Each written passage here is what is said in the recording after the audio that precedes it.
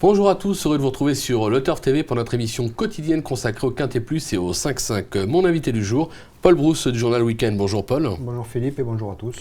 Au programme ce mardi, direction Saint-Cloud avec le prix du Pays Basque, une épreuve pour chevaux de 5 ans et plus sur les 2400 mètres. Le sommaire, on va démarrer par l'analyse du Quintet Plus 5-5, suivra le prono de notre consultant, sans oublier les conseils de jeu. Il n'y en aura qu'un pour l'occasion. En parlant de jeu, si vous n'êtes pas encore client Le Turf, vous avez jusqu'au 28 juin pour bénéficier d'un bonus de 200 € de bienvenue, voire conditions sur le site. Alors Paul, on attaque d'entrée de jeu ce 5-5 avec un favori, on va dire au papier tout désigné, le numéro 2, Fantastic Love. Il est invaincu sur le parcours, 2 victoires en 2 tentatives. Il vient de se placer à ce niveau à Borelli. La forme aidant, logiquement difficile de l'écarter d'un jeu pour cet événement. Oui, ça s'annonce même, à mon avis, très difficile à battre. Il est redevenu pleinement compétitif au gré de ses différents échecs. Et comme d'ailleurs vient de le démontrer sa récente deuxième place à Borelli, il avait gagné à une valeur plus élevée l'année dernière, son deuxième quintet d'ailleurs. Comme vous dites, il est invaincu sur le parcours et son état de forme est certain, contrairement à nombre de concurrents qui rentrent ou qui n'ont pas montré grand-chose depuis le début de l'année. Grand-chose depuis le début de l'année. Il retrouve Christophe Lemaire avec qui il s'est imposé 4 fois, dont 2 fois à ce niveau en 6 associations au total, disons. Ça peut aider. Et lui, contrairement à certains concurrents au départ de ce quintet, est totalement indifférent à l'état du terrain. Il se sort des terrains profonds, mais il est aussi performant en terrain juste souple.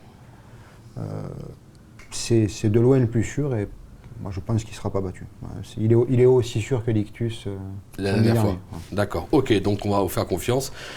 Pour la gagne, le numéro 2, Fantastic Love. Derrière, bon, c'est plus ouvert, de toute façon c'est un événement, c'est un 5-5, on sait très bien qu'au galop c'est jamais simple. Bon, ça se serait si c'était simple.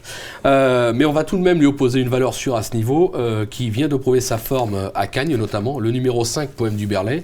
D'ailleurs, il s'était classé 4e de cette même épreuve en 2013. Il est en forme, logique d'en attendre une confirmation ce mardi. Oui, il est toujours performant quand il revient de Cagnes. L'année dernière, dans la foulée de son meeting, il avait fini 4e de cette épreuve. L'année d'avant, dans la foulée de son précédent meeting, il avait aussi brillé dans les quintets parisiens. Là, il y a un bémol, c'est qu'il n'a jamais été pris aussi haut sur l'échelle des valeurs. 38, c'est vraiment limite. Mais comme on a vu la victoire d'American Peak samedi, et donc l'Ictus était la veille, comme on a vu la victoire d'American Peak, on est certain de l'état de forme des concurrents présentés par Didier Prudhomme. Alors, lui, il a tiré l'as à la corde. Comme il aime se porter aux avant-postes rapidement, il n'aura normalement pas beaucoup d'efforts à faire. C'est clair. Et vu qu'il a affaire à des chevaux qui sont, pour la plupart des amateurs de terrain lourd et des attentistes, je pense qu'il devrait pouvoir aller loin et conserver une place dans le top 5. Dans le 5-5, pardon. Dans le 5-5, d'accord. En 3e position, le numéro 15, Lord Emery. Alors, lui aussi, il est invaincu sur le parcours, 2 victoires en 2 tentatives. Maintenant, il effectue sa rentrée. Apparemment, on a eu des bruits comme quoi il avait du travail derrière lui. Maintenant, l'entourage n'est pas plus confiant que ça, mais bon, c'est difficile de l'écarter quand même quand on regarde ce qu'il a fait par le passé. C'est rare d'ailleurs pour un entraîneur allemand d'émettre des réserves avant le coup. Moi, j'aime beaucoup ce Lord Emery, c'est un cheval courageux. Il a toujours montré qu'il était un petit peu limite en région parisienne, mais il a déjà très bien couru quand même dans les quintets, notamment à Cagnes. Je suis étonné qu'il n'ait pas pris part au meeting cette année. C'est peut-être ça c'est peut-être d'après ça que sous-entend son entraîneur sous-entend qu'il n'est pas encore au top. Il a peut-être eu des soucis. Mais s'il le présente, c'est pas pour rien, d'autant qu'il fait appel à Umberto Rispoli. Ouais, pas le plus mauvais des jockeys. Donc, pas le plus mauvais des jockeys, qui saura pleinement profiter du 2 à la corde. Il va le tenir dans le dos de. Il va partir vite et va sans doute prendre le dos de Poème du Berlay ou voire 3e rideau à la corde. Il est invaincu sur ce parcours. Et en général, les tracés à main gauche, ça lui convient. S'il aurait préféré un terrain bien plus souple, le terrain juste souple, contrairement à d'autres, lui conviendra. Donc je pense qu'il pourra s'en sortir. Ouais. Il a été baissé du livre, il doit pouvoir viser une place. C'est un très bel outsider, voilà, c'est pas une base. C'est un bel outsider et c'est un bon engagement. Donc après avoir sa forme, mais bon, sur le papier, c'est quand même un risque, un gros risque de l'écarter. Même si ça ne sera pas un favori, on est d'accord. Non, il y aura une cote. Il y aura une cote. En 4e position, le numéro 10, Clavis. Alors lui, s'est classé 7e de cette même épreuve en 2013. Il a déjà gagné un événement sur cette piste, mais c'est un 2100 mètres, c'était le Prix de Provence. Il vient de prouver sa forme sur la PSF de Deauville. Là aussi, sur sa lancée, il fait partie des chevaux capables de jouer un premier rôle dans les 5. Oui, au départ, je ne l'avais pas retenu Clavis. D'ailleurs, ceux qui verront mon pronostic dans la presse verront qu'il n'y figure pas. Mais on était parti sur un terrain annoncé lourd. Et il avait été mesuré très lourd, ce qui n'était pas du tout le cas. Pas du tout le cas, on l'a vu samedi. On a vu samedi qu'il était, il annonce officiellement collant, mais les chronos affichés étaient des chronos de terrain très souples, et même les allures des chevaux étaient telles qu'ils évoluaient un terrain très souple. Là, il aura encore séché, donc Clavis avec un terrain à sa convenance, c'est-à-dire juste souple, il dispose théoriquement d'une première chance.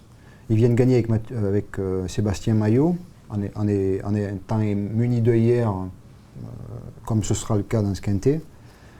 Il apprécie Saint-Cloud puisqu'il a gagné son quintet sur un parcours voisin.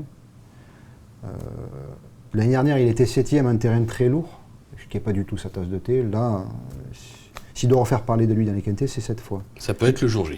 Je ne l'avais pas retenu, mais je me suis ravisé. Bon, vous avez eu probablement raison. En 5e position, une femelle, le numéro 4, Alola. Bon, alors on la connaît bien, elle a conclu 3e de l'élevage en 2012.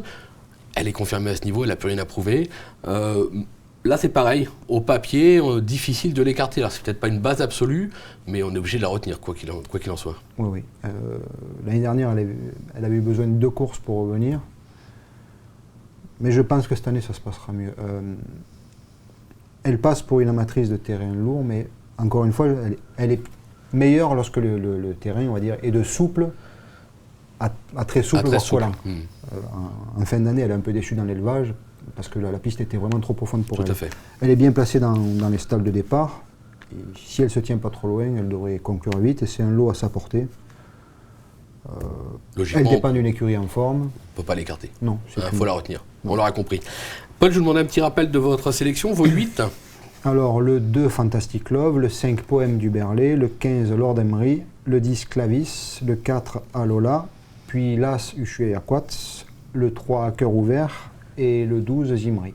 Le 12, Zimri. Moi, je vous le conseille, c'est mon petit coup de cœur. C'est aussi le coup de cœur de Paul Zimri, on l'aime bien. Hein. Même avec un mauvais numéro à la corde, il est capable de s'en sortir. Il a, je crois, déjà gagné un quintet. Il était parti avec le 18 à la corde. Il avait fondu à droite et il avait gagné. C'était à Saint-Cloud d'ailleurs.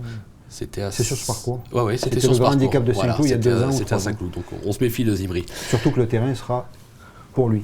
Normalement pour lui. Voilà. On est d'accord. Un conseil de jeu, on est parti sur un 5-5 champ réduit, 3 chevaux, 3 bases au papier qui nous semblent difficiles à écarter avec donc le 2, le 5. On n'a pas pris le 15 et le 10, on a pris le 4, Alola. Et on a placé derrière l'As, le 3, le 6, le 7, le 8, le 10, le 12 et le 15. C'est un jeu qui coûtera 28 €. On peut jouer à 50%, on peut jouer à 10%. On a un jackpot, je vais y arriver, qui s'élève à plus de 13 000 €.